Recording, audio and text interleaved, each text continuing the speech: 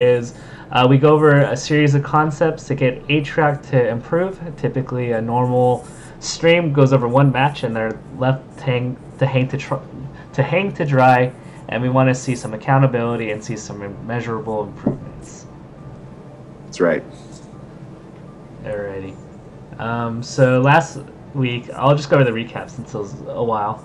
Do I have screen share with you? Yep, I see it. Okay, so we went over counterpicks, which is more of a non-gameplay related topic. I was still disappointed in some counterpicking from your boy King. Oh yeah? Yeah. Tell me about it. I'm Just interested. mainly because he's not good on Fountain of Dreams, and he insists on counterpicking it, which I don't quite understand. Oh, you mean as Marth in that Yeah. game with Leffen? Yeah. I mean, I think part of it was he wanted to limit Leffen's dash dance game, and so, Yeah. but he's like lost like the last 8 or 9 matches like against like the combination of like Leffen and Mako on that stage. Yeah, he didn't look good in the Fountain game, but I thought that was like half mental too. He just seemed not too happy with himself. Yeah, I thought the Chic game on Dreamland was amazing till the very last stock, and had he ran it back, he could have taken it. I think he was looking definitely at Leffen's level. It yeah, was a close game. I definitely agree. I think that could have gone like almost either way. Yeah. It was looking really good. But that's like the struggle with King. He like takes early leads because his base game plan is really good, and then like his opponents gradually figure out what he's looking for, and then kind of gets figured out by like the better players. And the better players like just like a small handful. Anyway, so we're gonna go over edgeguarding, and so just some general philosophies. So league analogies, like when an opponent is off stage, understand their resources. So like the number of jumps is important.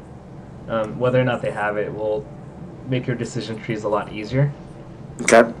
Fall momentum. This is actually important, and this is something that a lot of people use to trick their opponents, is using different fall speeds. But Yeah, I've been tricked by that plenty of times.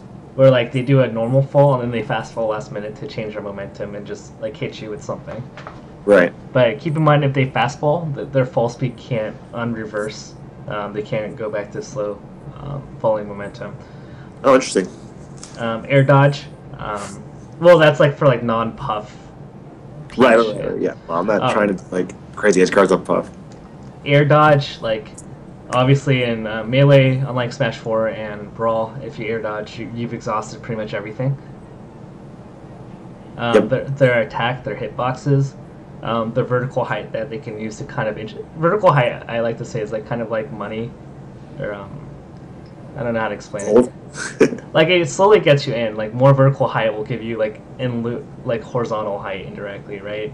Yeah, because you can float over, like you can fall to the left and right. Yeah. And also like grapple for certain characters because Right. like Samus and Link. if Samus and Link don't land on stage, they don't get their grapple back. Okay. So once again, fundamental principles apply. Like when you're like approaching somebody like a floaty character in the air and you're trying to edge guard them, like understand like their good hitboxes and like where you can approach. Whereas if you're interacting, like if you like approach Puff with like a back air here, like Jigglypuff can't really cover it. So that's a good spot for you. Also, this is good for you as well because your up air pretty much Beats everything. It's got, Yeah. yeah, you can do it. Yeah. and even here, like if Jigglypuff is facing you, he can like fair or pound, but the pound is like a little slow. And if you ever get into a situation where you're in 4, like your fair can trade very favorably with their fair because like your fair is more broken than theirs. That it is. Yeah, this is like just a case. So like if you ever want to, because we're not going to be able to go over like any character, and if you go through a matchup that you don't really know, like the same fundamental principles apply. Like what are their good hitbox areas and what are their bad, and like how do you like get into that zone or area and like straight up beat them. Okay. Cool. So you want to eliminate these resources, like their double jumps, like their fall speeds, because like it makes their options like decrease and allows you to make more educated guesses that are possibly like 50-50 as opposed to like 25 or 75 or like 20-80 Like, you know, when they have like 5 options, like, and you can only cover a handful, then it's just a guess pretty much. But if you can minimize the number of options, then it's a lot more favorable. That's what I see. Armada's really good at. It feels like. Yeah, he's amazing. He covers like 3 out of 4 or something. He covers like the most popular ones, and like the one he doesn't cover, he still like has his opponent like trapped. So it's like he covers like 2 to 3 really hard, and like 1 to 2 like moderately hard. Yeah, like even if they get out of it, they're still like in a bad situation. That's what I usually feel like. So it's like the odds are always in his favor. Yeah, it's like Hunger Games, I guess. That's right. Yeah. So we talked about this. Edgeguarding is an extension of fundamentals, like understanding their options, limiting their options, and effective range. And so I'll go over like one example here, and one way we can, limit options, especially with like characters that kind of have a set pattern, like Falcon, is use like preemptive space to cut off their trajectories. So with Falcon, like, to give context, because it's a little hard to notice, is that he's at the peak of his up B here. Okay. And once he's at that peak, like, if this was if he still had that boost, then he could like easily go that far. But because he went here, like the amount of horizontal momentum is rather limited. Sure. And what my goal is in this position is to be preemptive in a way that I'm still covering like everything that I can without like giving him center stage. And so like I'm threatening and I'm like kind of keeping a track. Like if he decides to go deep in, then I'm gonna slowly go this way, as long as like I can catch him like a net. Right. And so some people, a lot of Chics, what they tend to happen is they go like a little too preemptive, and then like they just get around you, and then you just fade back to ledge is what I feel like happens a lot. Yeah. Yeah. And sometimes you go too preemptive here, and then like Jeff goes like this, and then like tricks you. Yeah, I feel like that happens to me a lot when I play Falcons. So like you have to like wait for your reaction windows and like force it, and then just like react. Like if you're too preemptive, then you're gonna lose out because the better players know the reaction windows to like outspace you. And I feel like there's definitely enough time, so it's just like you get greedy and want to make it 100% easy, so you move too early. Yeah. Rain like tries to read it, so you never can mess up. But like you definitely have enough time to react. Yeah. So we're in scenario 1 here, and scenario 2 is like slightly different, but like he's now like descending, right? And so he can only go here and here, and so I have a very easy reaction window now, as opposed to him being up here where he can go like here. Okay. Do you wait for him to land on the platform to fair? It's like the not ideal case because. So what I would like to do if that's the case is I'd go here and like fair this way.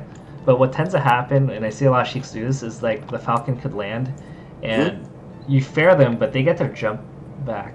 Right. And like, or they can tech, or they can OMS attack and they get on stage. And so it's like not the most ideal. But it is a secondary option, just like if you're late on attack chase. Somebody just asked if you can just bear.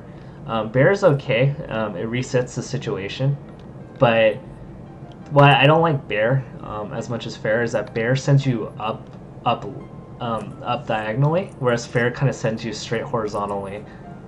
And so fair is like slightly better in that regards because of the trajectory. Where bear, you're gonna have to do it multiple times, especially if they're like 80%. Then like eventually, like if they DI incorrectly, they're eventually gonna be able to get to the middle of the stage, and like you may miss.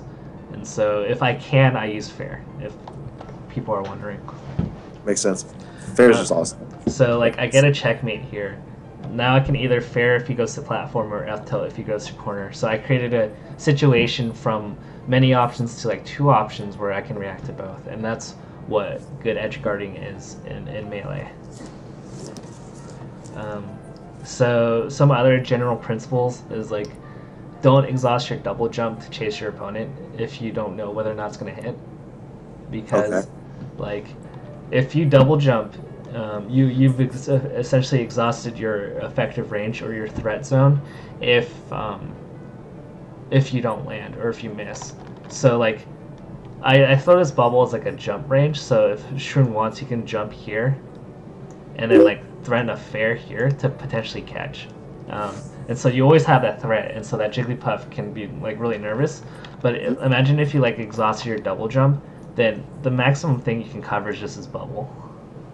Right. And so like because you like have to go down and land, like the Jigglypuff has a free path to like land. Okay. And so unless you like know it's gonna happen, like you have like a 3-second cooldown between landing and jumping again to chase your opponent. Even worse is like if they land before you and you've exhausted your double jump. So like let's say like you like jump this way and like they go this way, then like you can risk getting up tilted and then getting killed. Like, and I see that as a very common problem with a lot of new Chics, and even like a lot of like Marts who or like Foxes even who like go for up throw up air at percentages that don't work, like against like Samus. Yeah. They'll like jump up throw up air, completely miss, and then like the Samus just hits them, and then now they're like in a bad spot. Just their habit, yeah. And then the second rule is that like you're extending outwards. I think this is like more applicable to like kind of characters like Chic or like Marth. Like if you're extending it and don't allow your opponent to have access to the ledge or center stage before you. Okay. So like if you're like going out and trying to bury your Chic, for example, but like if you miss, like they have like they can up B to the stage ledge before you can, then that's probably not a good idea. Okay. So cover center stage, cover the ledge most of all. Yeah. And generally speaking, if you're out of position for an edge guard, let's say you threw them off, or if you fair them like to the other side of the stage, right? And it looks like they can just side B ledge, like before you can like get there. Like in those situations, it's better off just to honestly just hold stage and make them work to get off the ledge and hold center stage. Is this the Music King Lucky set? Yeah. Well, I'm just showing the example of like just like holding stage is like so threatening to that poor fox. Right. Yeah. I mean, they have like a nice ledge dash just to get back on. But the thing is like if we're to play the ledge dash situation, like where they go like this, I like to just stay like this far back and like counter poke out of it, because most foxes aren't nuanced to like be really complicated out of ledge dash. It feels like they just go for the same option, so you can bait. Yeah, I agree. And most of them can't even do a very good ledge dash, especially not super crispy into like a move. Yeah. So yeah. I think it's like one of those things like that are super risky, like that like if they're gonna do it every time, like I know that at least one time in the set that they're gonna mess up, and like I'll take it, because like that's the risk that Fox does. Like I've never seen a Fox even like hacks like make it every time. They always SC at least once, and so if I give them a little bit of extra stage just to to allow them that space, like I know they're gonna mess up, and like I'm gonna take that stock. Yep, I agree with you. So Chic's tools, she's one of the best edge guarding. She has one of the best edge guards in the game. Needles, jab, F tilt, bear, fair. I picked her. I love the edge guards. Nair's also good. So my general hierarchy or like thought process is like, what character are they? Are they recovering high or low? And then honestly, like go high or low. I ask myself like, how do I apply like pressure and threaten them and limit their options, so that like my read and my decision making becomes a lot easier. Okay. So floaties, like, you know, kind of follow a systematic rule. Like if we go back here, you spelled hierarchy wrong. There's no R. Hierarchy. Archy, my bad. Like against floaties, like what I'll do is like I'll tend to like really like just threaten space to make it really hard, because like I can always threaten a fair like around them or a back air if I'm like turned against them, and like I'm just gonna make it really painful. And if I ever see an opening where like they get into like the space, then I'm just gonna react fair. And that's like usually my train of thought against like most floaties. Just make them like scared and okay, I got you. Yeah. Fox and Falco, like you can write a book, and like frankly, to be honest, the reason why I held back on doing this lesson was that I'm not the greatest at like edgeguarding Fox and Falco, because they're honestly, like you look at like the number of options that like Wes and Mango are coming up with, and I concluded that like it's like nearly impossible to cover everything perfectly. Like you even watch like people try to edgeguard West balls, and for the most part, like it just seems like he's unedgeguardable. Like people just say like, oh, S2J sucks at edgeguarding, Mango sucks at edgeguarding. Like, and honest, like there are some times like where you can't just like they're gonna get a free ledge or they're gonna make it back. Makes sense.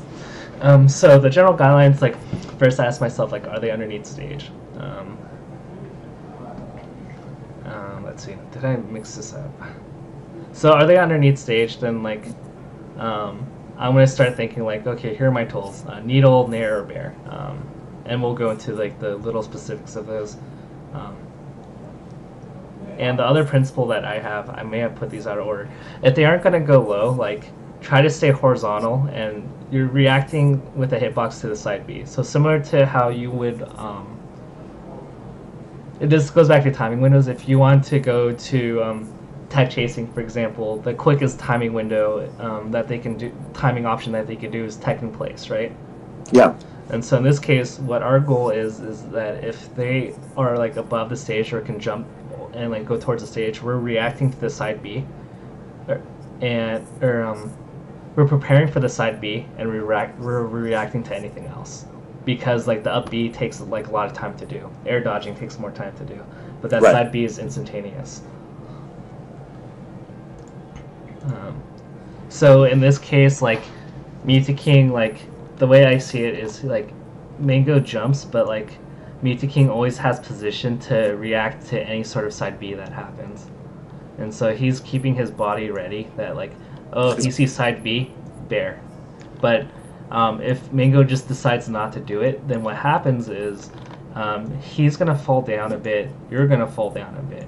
But it doesn't really matter, because as soon as he hears that side B or sees that animation, he can jump and kick him. Super smart. Yeah. That said, by the way, it's probably the best Chic Edgeguard lesson set of all time. Yeah. Yeah, like of all time, like in history. It's a lot of really good examples. I've watched it a lot. Yeah, I totally agree with you. This is like stuff that I've been thinking a lot about. Now, like in these situations, it's like there's a lot more like black and white, and there's a lot of gray areas, since like if Mango's like kind of like here or just out of range, then like side B becomes available. But the general principle is like you want to like prepare for that side B, because eventually what happens, it's like a game chicken. If Mango says like, okay, like I'm not gonna do it, then eventually what happens is he gets beneath stage, and since he already used the jump, then if he ever comes to the point where he's down here, then he has to up B. And that's so reactable to do, where you can just, you know, go down, and you're like, oh, he's beneath stage. Regrab ledge, and then just kick him. Yep. Yeah, once you get him below the stage, it becomes so much easier. But the hard part is like, you know, like cutting them off. Cutting them off so they have to go down there, and you're in the right spot to punish it. Now, if you're like not prepped in that area, and you're like here standing, what I like to do is this, like I like to see what the height is. It is honestly so tricky, because they can side B here, or they can, you know, do the shorten, right? Right, yeah. When you include the shorten, everything changes, dude. It becomes a whole fucking... So, yeah, it's really annoying. Yeah. In that case, what I like to do is just stand here. At the very least, like I have an option, I'll hard cover this option, and I'll react here, because and I determine like, are they able to, you know, platform cancel? In this case, Mango wouldn't. And I would jab, throw out a couple jab hitboxes here, just to cover like the shorten. Right. Like I'll do jab, like jab into like, you see Mewtwo King do it sometimes in his like 1001 edge guards. Yeah. But then if they don't have a ledge cancel option, then what happens is I jab here, and then they go here, and they have to land on platform. And then you can like up air and continue the combo. Yeah. It's not a direct edge guard, but at the very least, you're adding damage and you still have control. So, control is always key if you don't get the edge guard. So if they're underneath stage, this is like the really confusing one. Typically, this is like if you like back throw them, like let's say like you back throw Fox or Falco, and like they go underneath stage, or they go below the horizontal axis, I guess, I ask myself, like, do they have a jump? And then my second question I ask is, if they have a jump, can they immediately grab ledge based on it? If they can, then if I can beat them to it, then I'm going to jump fall off nair. But most of the times, this is like a situation where like you really can't do much. But like trying to throw diagonal needles just to check whether or not they're going to sweet spot is something that you can do. If the answer is no, that they can't, if they use a jump, they still can't grab ledge, then this is a pseudo checkmate situation for you, because you can just jump off nair. You mean fall off nair? You can like fall off nair if they're like kind of below stage, because if they're going to have to do jump and up B to get on. Yeah. I think grabbing the ledge is also pretty good there. It is. Sometimes it's hard because like if they jump, it's like hard. Yeah, wave dash the ledge and then nair is pretty good. I've found that to be like pretty solid. If they don't have a jump and they're underneath stage, you need to get into position to like grab ledge and bear fair their Firefox immediately, because they don't have any options left to get back on. You know, I think I asked Mewtwo King about this. Let me see if I still have his texts. It was specifically about edge guarding in this situation, and he gave me like a pretty decent response. Let me keep talking. I'll find it. He's probably comprehensive. So in this situation, like I have this slide, like PP, like this is like the moment like Mewtwo King like hits PP to get off, and he sees that you see him Firefox, and you have like about like a 1 to 2 second window where you can just hit him.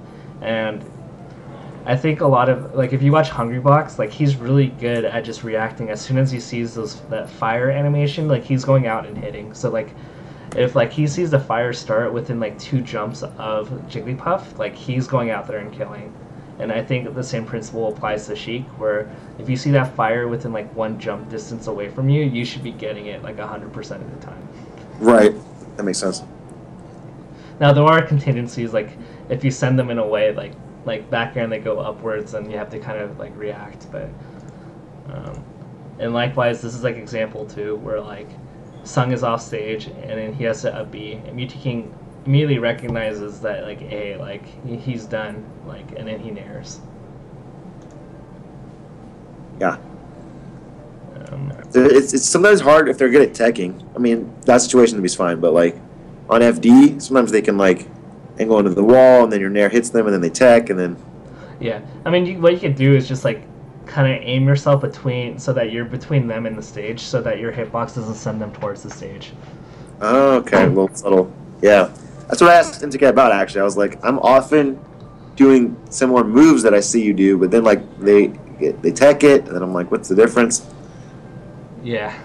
Yeah. I mean, if they're, like, a low percentage, and, like, I think... there are certain situations where you can like immediately like back air their attack, but it requires like a strong presence of mind, and that's probably a situation that like you and I don't see enough times to like be like, okay, here's like my immediate reaction.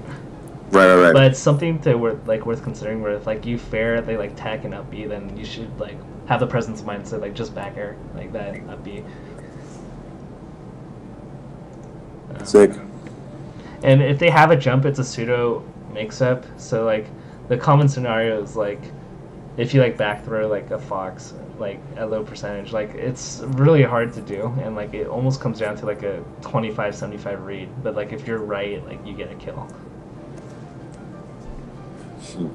And yep. So if they like to if you back throw them and they like to shine stall a bit and like you catch them, I think you can just like fall off nair and you can clip them. Back. Okay. Yeah. If you like back throw them or you get them off and they like jumping immediately, like you can throw a diagonal needle, like full hop needle, and it will clip them. Yep. That's a very common one. Yeah, I feel like the common things when you grab them by the ledge, you back throw, and most people, you can turn around and just short hop needle, turn around or whatever. Yeah, like that. Yeah, and it'll get them. Yeah, and then so there's like a couple of examples of it. But if they shine stall, it doesn't work. So, like, yeah, it's kind of a read, I guess. Here's what he said, by the way. I said, if he does double jump sweet spot, you can go low and rising nair or any aerial But if he does double jump dare instead, then you're dead. If you back throw when not really close to the edge, you should short hop needle. That's better, since it covers double jump sweet spot perfectly. Yeah, so basically it's like if you back throw him and you're not very close to the edge, you should go with the needle almost every time. If you are close to the edge, go for the nares or bears. Yeah. Overall. I mean, he talks a lot, you know. Yeah. I know. He also has the golden line, everyone's bad at edge guarding except for me. Yeah. I think it's just like no one's like thought it out as much as him, and like Mew King, if there's like something that's like kind of solvable within like 3 to 4 steps, like he's pretty much got it down, and that's like the strength of Mew King, and like way he learns. So you see all of these little edge guards where like if you see like a jump, like he's covering, and that in this like recent one, like, and that one there was no way out, right? That was like that's over. Yeah. So the needle one. The next one. This example, like he's going for like covering the ledge with like a nair, but like reacting to like any sort of nair, any sort of side B. Oh, that was perfect. Yeah, you're right. That was sick. Oh, cover the ledge. That was pretty smart. Yeah. Dun. So once in a while, like Kel should have sweet spot. If that was like West Bowls, that shouldn't have happened. Right. Yeah. We'll go over a few more examples. So like covering that side B is so important. So this is like interesting. It's like more of the zoning of covering that side B, and I'll explain like how that happens. Like the pacing of it is like he's gonna come down the same time he goes up, and so like the way he like spaces, he's gonna cover the nair, but realize that he didn't throw the nair, so he reacts and goes. Right, he didn't just do it automatically. That's the real like clutch part. And then he cut off the play. Because like as I get better, I can start to like once I know the answer to a problem, I can just go for a hard read, and I can get it a lot more often. Yeah. But the hard part is like not just hard reading it, but like be able to react in the moment. That's like the real clutchness. Right. So do you see how like he's always like he was consciously covering the nair there, right? Or like the side view. Like the spacing of his body, to where the fox was. And so that's like the magic Mew King. Like he's like subtly like threatening like different options, and that's why like when you watch him, like I think a lot of new players are like, oh, I just got to do this, and then like without the context of what happened, like within those 2 to 3 seconds, like they miss. Yeah, no, exactly. That's what I had the big problem, and I still have that problem, but like more earlier, is I would just look at a Mew King edge guard, and I would say like he back through them, did this needle, did this move, and it's dead. And I'm like, why can't I do that every time? And I would just try to do that exact sequence of moves, regardless of what the Fox and Falcon tried to do, and I'm like, this keeps missing. And then so you have to start figure out. It's so context dependent. Like there's so many options, and figuring out which one to use out of your toolbox based on what they're doing is like the hard part. And then like the third dastardly option is like if they do like the jump air dodge onto stage. That's like the new school one. A lot of people do it. It's like kind of a panic read, and so if they like to do that, like if they do it once, like most players will do it again. So like if I do the second back throw, then like I kind of jump rather than fair and like bait the air dodge, and then I just like down smash them when like before they land. Oh yeah. It's pretty punishable. I mean, you clearly could just stand there and do nothing, and then you can punish it. But they're like baiting you to do something. Like if you do something that, yeah. I mean, it's like a hidden tech because like if they air dodge to center stage, even if they get hit, like they're on stage, and that's like the main goal. Like, it's pretty good at not getting gimped. Like almost every time people do it to me, I usually get percentage or something out of it, but I almost never get the kill, which is like pretty solid for them. So, yeah, it's a strong option. So if they have a variety of options, like try to stay horizontal, but like don't exhaust your double jump unless you have to, and react to any side Bs. So that's like gonna come down to like you experimenting and saying like what's like the maximum amount of time like I can like cover like a side B, while like and not give them that side B for free. Yep. And then if they don't decide to do anything, eventually they'll go underneath stage, and the decision becomes much easier to discern. And what if they love going high? So this is like the mango, the new school meta of like mango, and like I think Silence Vector is a player that loves to, just recover onto stage by any means necessary. And if they do, like at the very least, like you want to like make sure like they don't get ledge for free every time. But it's also really hard because like the amount of space they can get is like really high if with the Firefox. But it makes sure that if they go high, like don't give them like full access to their mobility again.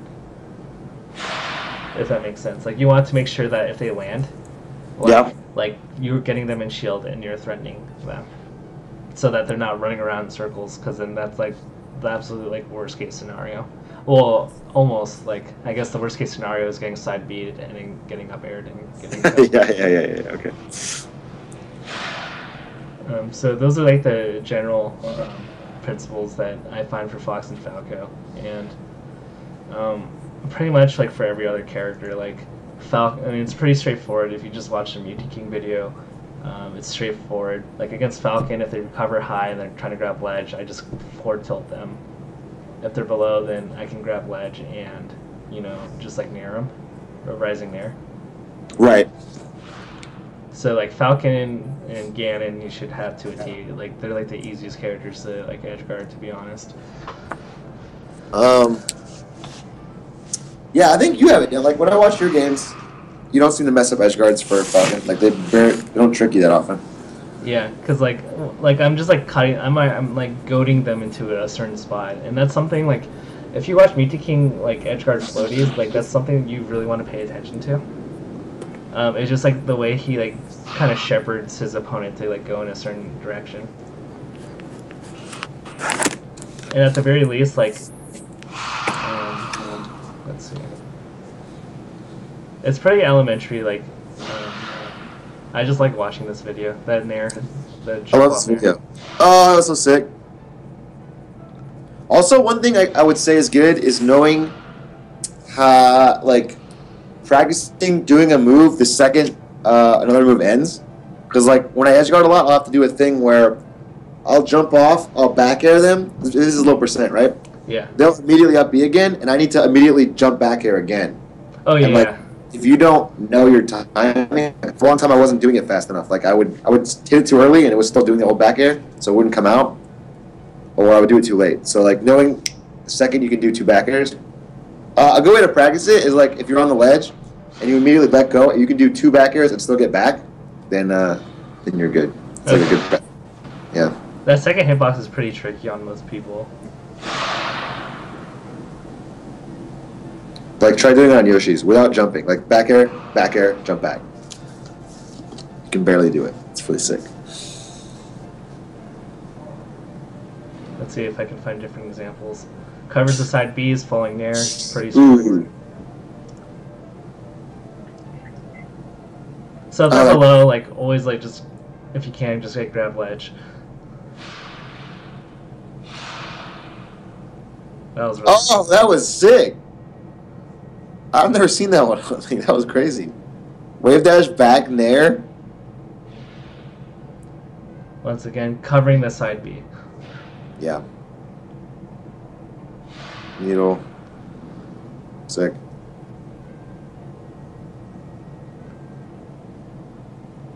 How does he do it? It's like kind of like watching like artwork in action. It's like, how's he gonna do it? Oh no, you're such a troll. This That's actually really smart, actually. Isn't that really sick? Yeah. That was sick. Poor Duck. Yeah, Duck. Duck's still Chic, right? It was only Plup that switched. Yeah. So. I mean, Duck's still Samus. Sorry. Muti King is styling, but. Styling. Well, I mean, you can style on Falcon. When he's in that spot, it just feels like ugh. But this isn't Juggle Fox. Oh my gosh. Weak bear fair. I love that. I hate this matchup. Hey, I have a Foundry match. I guess we didn't know if we talked about it yet. I played against Mr. Ganondorf. How did that go? Did he go Fox? No, he went Ganondorf. How did that go for you? Very poorly game 1. Did alright game 2. I think it's 4 stock, 1 stock. Oh gosh.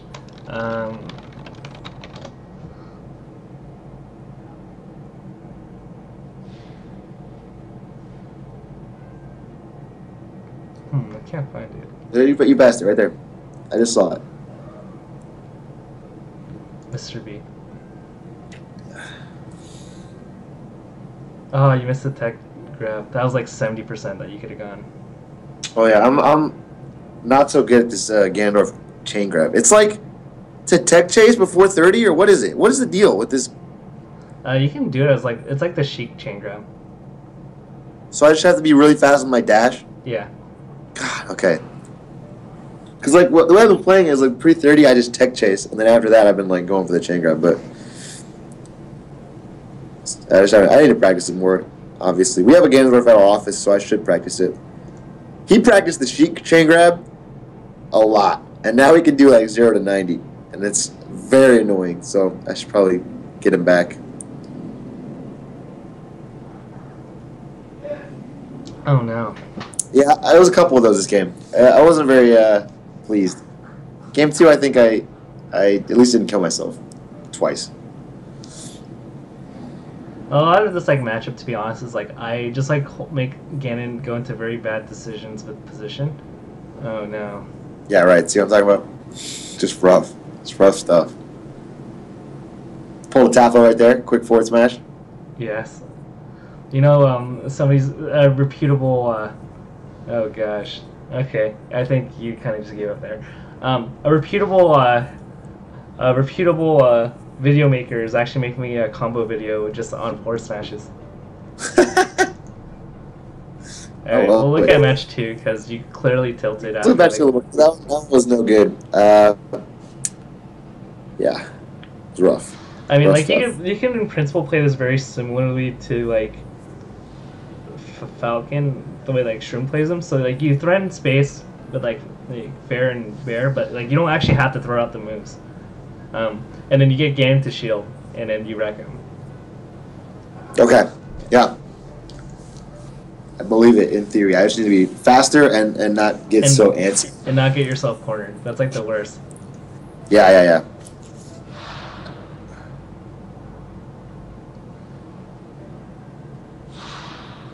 Oh yeah, always watch the jab.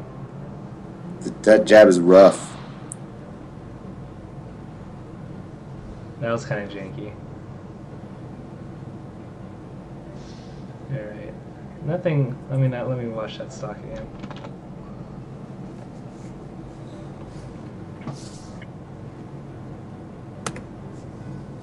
Alright, so like the rule of Ganon like 101, like if they're ever like, if you're ever late on like running after them after an aerial, like 99% of the time, like they're gonna throw out that jab. It's like almost absolutely guaranteed. Like, and if they do that, then like honestly, like throwing out my broken fair, like to be honest, like if they just like land. Yeah. I think auto cancel fair is so good here because like he's so tall that you can't fuck it up. Yeah. And then you work off the shield game. Like if you fair and like you like space yourself out, like you can just throw out like F tilt and like fair, and Ganon is so bad out of shield. Like it's like not even funny. Yeah, I don't punish it. I play it too much like he's like a spacey, and then yeah. Like a lot of this you can just wait and like you threaten fair and you force him to shield, and then like I guess like one thing I like love to do is just like if they hold shield for a while, like I pause and just like throw out like an F tilt and then catch them jumping. Yep. And then eventually like what Gans will do is they'll start to roll off a shield and then you just like react to it. But let's see if I get any edge guards in here or mess any up. We can talk about it in the theme of the episode. Because I mean I get 3 stocks. I assume my edge guard at one point.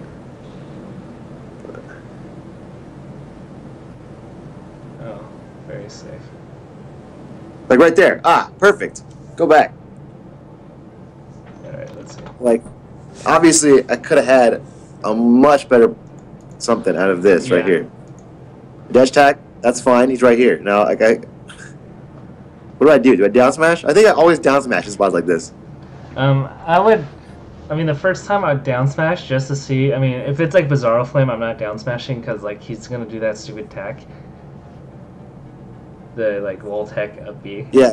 Damage to me, but in this case, like I would have grabbed instead of F tilted. Okay.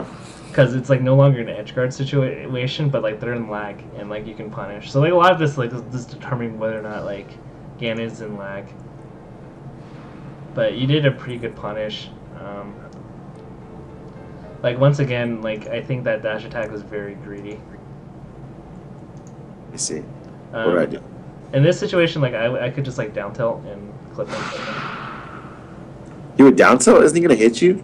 No, you're gonna get underneath it. Oh, I got you. But after you like, gosh, like I need to get this on. Like honestly, like in this situation, like my opener would be fair as opposed to dash attack, just like to avoid like getting into like a 50-50 here, where like, I guess like if you know like you're gonna get underneath, like you can get them before shield. Mm-hmm. But I would just like my opener here would be fair if they land, because like they can't horizontally move off of when they land. Like they're not like super mobile. Like fair, you set their shield and they're at a disadvantage. Okay.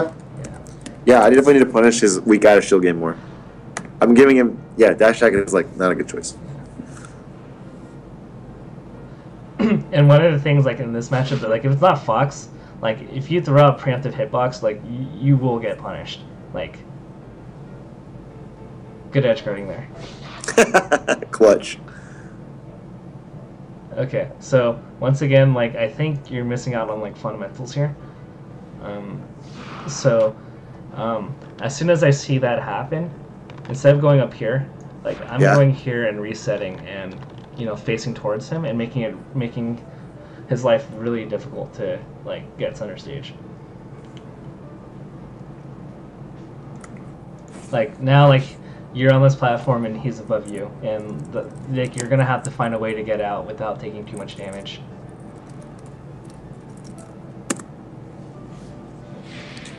Fly's saying boost grab functions as a better dash attack, basically, which I agree. Like when I've done boost grab, it's mostly ended up better. Yeah, good punish there. Honestly, like I see you miss a chain grab, and like that DI behind that he does was like intentional, because that's like a really tricky where was it? That one. Okay. Ooh, yeah. If you ever feel like it's kind of difficult, just like turn it on tilt and just follow up. You'll get like roughly the same amount of punish, and like if you're late on that, like the risk is so high that like you're gonna get down aired, and that's a 22% reversal where like you had an advantage, and now you don't have an advantage if you're getting comboed. Yeah, turn around up tilt sounds great. I will do that in the future. Like F tilt even. Oh, F tilt, okay. Like either or. I like up tilt because every time I actually hit an up tilt, I feel like I always do a lot of damage. Yeah. I feel like it always combos into like nice stuff. Okay. Okay, I like that. I like that you made him do the first move. Oh no. I like that you're paying a little more patient here. Oh, it's so risky there with the dash attack. Yeah, I play patiently for like 5 seconds longer than I used to, which is nice against most people, but then I get impatient again. Yeah. So just in general, like his main way, like the way I see it, it's like really hard for him to just like because you have like Hadoukens in the form of needles and like F tilts, it's like gonna be really hard for him to directly approach by the ground, and eventually he's gonna realize that he has to jump. Mm-hmm. And what you can do, you don't have to compete with his jump unless like like he's not gonna throw out a fair, and then you can just like fair him before he can do anything. But what you can do is eventually he has to land, and then you just fair his shield, and now he's stuck in shield like when he lands. So you don't have to challenge him air to air. Like you can kind of dash dance, and then eventually he's gonna have to jump, and then you can just like punish when he lands. Okay. Like it's kind of a boring way to play, but like honestly, like it's so effective against Ganon because like he can't do anything when he lands. I am down for that. That's huge. Good stuff there. Missed the dash here, and that's why like Ganons will do that down B, because it's like it's kind of like trying to like cheat an opening, because the only way they can close the gap on you if like you're really protecting yourself and not being preemptive is to do that, or either try to jump in like maneuver platforms. Ooh. That's a strong punch. So yeah, you overextended there.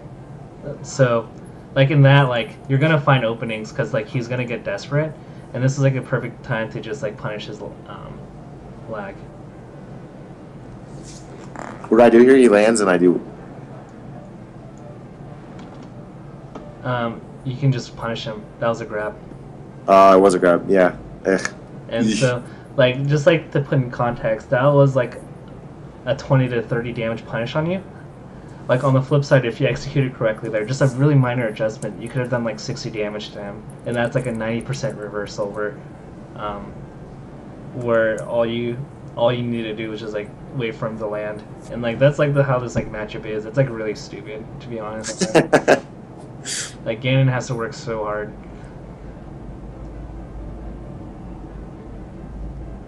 Oh. Yeah. I would have just like immediately like in this situation, like if you don't know how to shield drop, like as soon as I see that here, like I'm running left. Like as soon as I see him pull away from me, I'm just like running left. Right, just get out of there. Yeah. That's a good idea. Like I'm not like a lot of this is just like if you want to play it well, like you just don't challenge Ganon in like questionable decisions because you're always going to find a better opening. That's smart.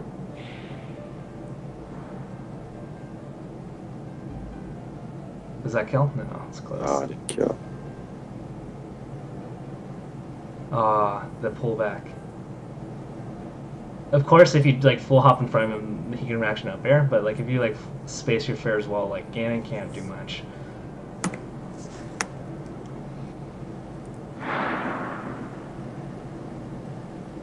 Okay. Yeah, I see what you're saying. Like, a lot of this small stuff, and I'd be in a much better spot. Yeah. Ooh, that's it. Unfortunate. I wouldn't even challenge with needles there, cause like you're so close to him, like you're not, you're. It's so risky. But you see the consequences of that. Yep. I mean, so like. Yeah, like there's like a lot of characters like Bowser, Donkey Kong. Like if you just like know how to space fair, and like eventually they're gonna have some sort of like movement that leads into them having to shield, and that's like what I'm just like looking for in the matchup, and it's kind of silly because like they can't approach you unless like they jump, and if they jump, they're gonna have to land, and then as they land, you can throw out a fair. Either they get hit or they're gonna have to shield, and then you win. That's why this like matchup sucks, because like once you get into shield and you like well space it, like you can like fair and like F tilt, and like eventually you condition them and you get a grab, and like apparently according to Fly, assuming he has an angle to shield, even a full shield you poke with a short hop rising fair. That's crazy. Yeah, He'll hit his forehead. It's really bad. It's pretty funny. Yeah, most thing I'm learning about matchup is that fair is good. Fair is an amazing move. Just like cause like you know like the frame advantage on it, it's like nuts. Like it just makes that's why like against like low tiers it makes Chic so broken. Right. That and the down throw. Hey. Yeah. Like because like you don't want to shield like too much, and down throw is also very threatening. So eventually like you're gonna find a way to grab, and that's like Mewtwo King's game plan against everybody. Is like I'm gonna find a way to grab you eventually. Yep. So I'm sorry, like normally I'm like an equal opportunist, and I believe in rags to riches. But if you're playing Ganon and like you're just like starting, like I highly recommend you switch characters because you're gonna have a miserable life. Because like you have to work 5 times harder for anything than like any of the top tiers. So yeah. I feel like he's got an okay matchup versus Marth. No. No? No. Like if the Marth is playing well, it's like kind of like the way I see it. It's like I could be horribly wrong, but like in the analogy, but like I feel like Peach versus Marth and like Ganon versus Marth are very similar. Like at a certain point, if the Marth is so good, like you're not gonna hit him. Oh yeah, I'm not talking about PP's Marth. Oh yeah. I don't think Ganon's topping that, but I just think depends on your goals, I guess. If your goal is to win Evo, I would say never pick Ganon. Like once in a while, you'll like come across like a poor guy that doesn't know the matchup, like a poor Spacey, because like his little gimmicks, like you can grab Nair, like you can like crouch cancel Nair, grab him, like grab a Fox or Falco, but like there's like little gimmicks, but like. I mean, I think if Bizarro can take a game off Armada's Fox, then like your average Ganon can beat your average Fox if you're just it's most still player skill. Right. But yeah, I agree with what you were saying. Anyway, so like we're almost at like an hour. So is there like any closing thoughts then? Gonna hold back before I bet on Mewtwo King for any more tournaments. Yeah, you're like at like $35 now. Yeah, I'm in the hole. At least I won that money match today, so I can use that. Dude, I'm gonna be. Are you gonna be around? Like, so. What was it? During. Like, let me look at the calendar. So, not this week, but like next week, I'm gonna be in town. Like. In NorCal? Yeah. Oh hell yeah, I'll be around. Let's hang out. Yeah, Thursday is like my girlfriend's graduation, but like I'll be there for like quite a few days. So I guess I'll try to visit the Twitch office on one of the days. Dude, come by on Friday. We always have a late night Smash drinking fun time. Yeah. We're having a little shout out for my final thoughts. On Wednesday, we'll be having the Twitch office tournament. Every Smash player at the Twitch office, staff only, are going to be playing against each other. We'll stream it on twitch.tv/Twitch office. It'll be casted by Pew Pew and Alan, special guests. Oh wow. And Spencer from Showdown is going to stream it, so the quality is going to be good. And Crimson Blue will be TOing. So we got a national level tournament of tournaments going on here. Can Scar enter?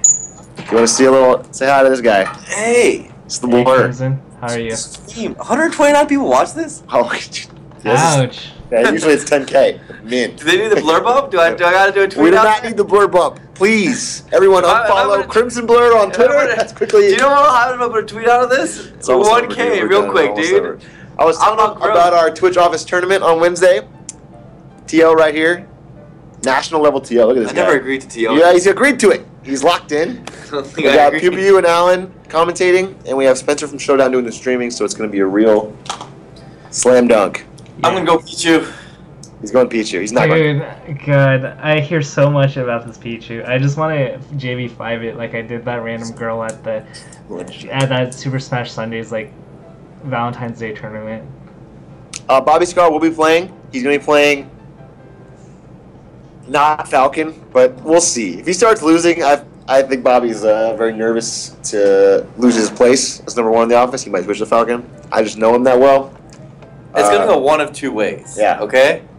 It's going to go, me and Bobby are going to meet in grand finals. Right. Pichu and... Peach is what he said he's going to play. He's thinking about Peach. Okay, with Pichu and Peach. And then we're going to stick to Pichu and Peach if that happens. Okay? Yeah. Because you guys deserve that grand finals. That sounds terrible. You deserve... If we got to grand finals using those characters, you will not get to grand finals with Pichu. I'll tell you that right now. I definitely will. I definitely will. You know I will. That's the sad part. I know that you will not. That's the sad part. You have to believe yourself before you believe me. I believe in myself. Do not worry about that. Or yes, we will lose unexpectedly to one of you young upstarts with our Pichu and our Peach, and then we'll get mad. Yeah, salty. Look at your controller, Okay. and then go Mark Falcon, and then have the grand finals. Hey, Brandon. There's 2 ways for it to go. Brandon, so here's what you do. Like his only approach is Nair, and like you could just crouch cancel it and grab him.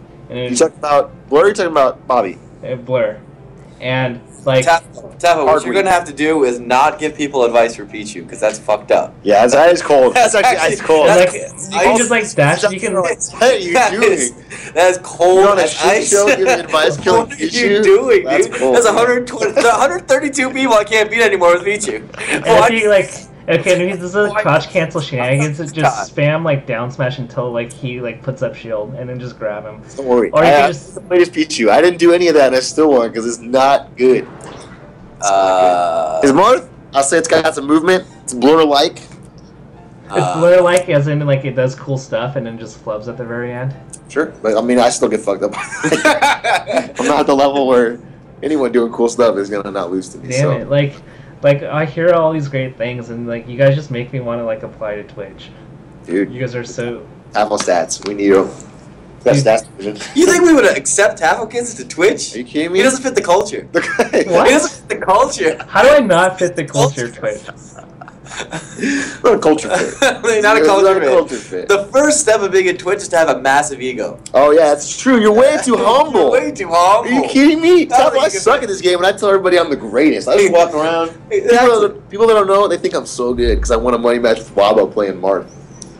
Yo, you won that. I won that. Of course you did, dude. Why did he take that? Beat him on Congo Jungle. Beat him on. Did he get Brinstar Deaths out at any point? No, he didn't. That's what he was banking. Yeah, he was banking on Flat Zone and Brinstar. And he got like 3 neutrals. And did he really? Yeah. He got like FD? Yeah, like Fountain of Dreams. It was bad, dude. It was bad. He got some bad luck. Oh, in that man, random stuff. All right, guys, I have to go.